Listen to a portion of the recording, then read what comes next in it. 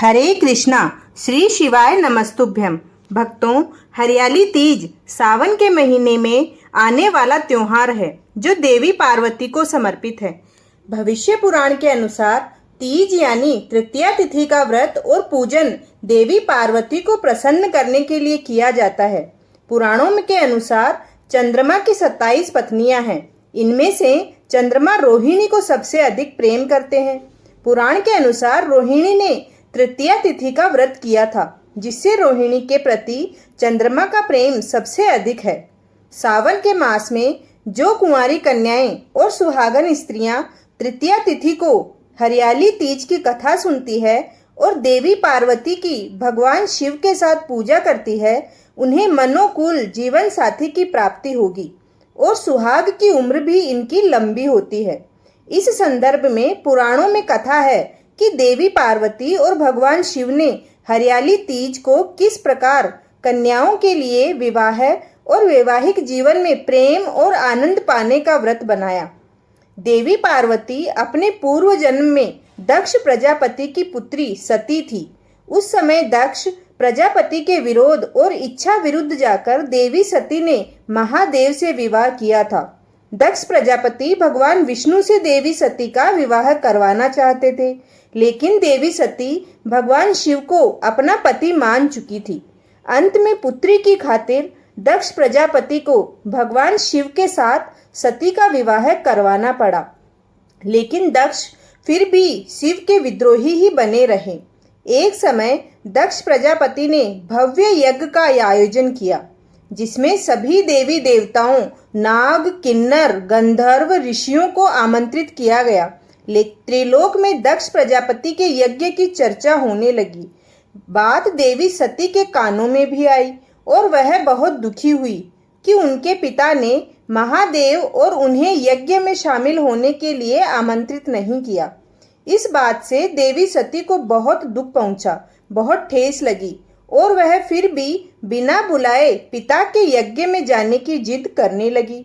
महादेव ने देवी सती से कहा कि हे देवी, बिना बुलाए पिता के घर जाने से भी मान सम्मान की हानि होती है, इसलिए मेरी बात मानो और तुम नहीं जाओ। लेकिन देवी सती अपनी जिद में शिव की बात को मानने को तैयार नहीं हुई और शिव से कहने लगी कि आप भले ही ना जाएं, लेकिन मैं अपने पिता के यज्ञ में जरूर जाऊंगी। और वह शिव की आज्ञा बिना ही मायके चली आई। दक्ष प्रजापति ने जब देवी सती को बिना बुलाए आया देखा तो देवी सती और महादेव का बड़ा अपमान किया। उस समय देवी सती को महादेव की बातों का स्मरण हो आया और वह अपनी भूल पर प्रायश्चित करने लगी। सती ने कहा कि महादेव के मना करने पर भी मैं यहाँ आई और मेरे कारण मेरे पति का अपमान हुआ।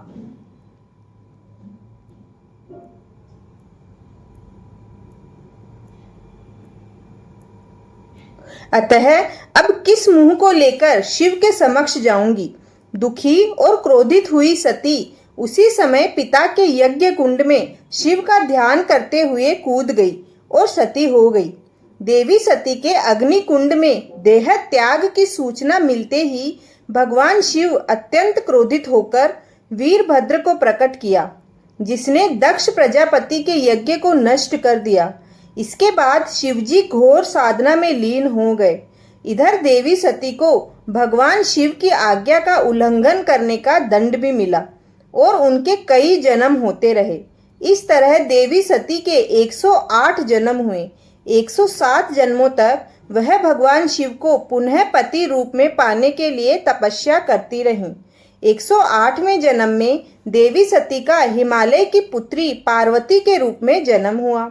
इस जन्म में देवी पार्वती ने भगवान शिव को पति रूप में पाने के लिए सावन में मृत्तिका से यानी कि मिट्टी से शिवलिंग का निर्माण करके भक्ति भाव से शिवजी की पूजन किया, आराधना की और तपस्या में लीन हो गई। देवी पार्वती की तपस्या से अंत में प्रसन्न होकर हरियाली तीज पर भगवान शिव प्रकट हुए और देवी पार्वती को वरदान दिया कि तुम मेरी अर्धांगिनी बनोगी। इस तरह देवी हरियाली तीज के दिन देवी पार्वती को भगवान शिव के मनोकूल वर प्राप्ति का वरदान मिला। इसके बाद कहा है कि जो भी कुंवारी कन्या हरियाली तीज का व्रत करके भगवान शिव और देवी पार्वती की पूजा करेगी, उसे कामना के अनुसार सुयोग्य पति की प्राप्ति होगी। और जो सुहागिन महिला हरियाली तीज का व्रत करेगी, उनका वैवाहिक जीवन प्रेम और सुख के भरा रहेगा। भक्तों, अगर आपको ये कथा पसंद आई है तो चैनल को जरूर सब्सक्राइब करें और कमेंट में हरियाली तीज की जय, माता पार्वती भगवान शिव की जय लिखना कभी ना भूलें। धन्यवाद।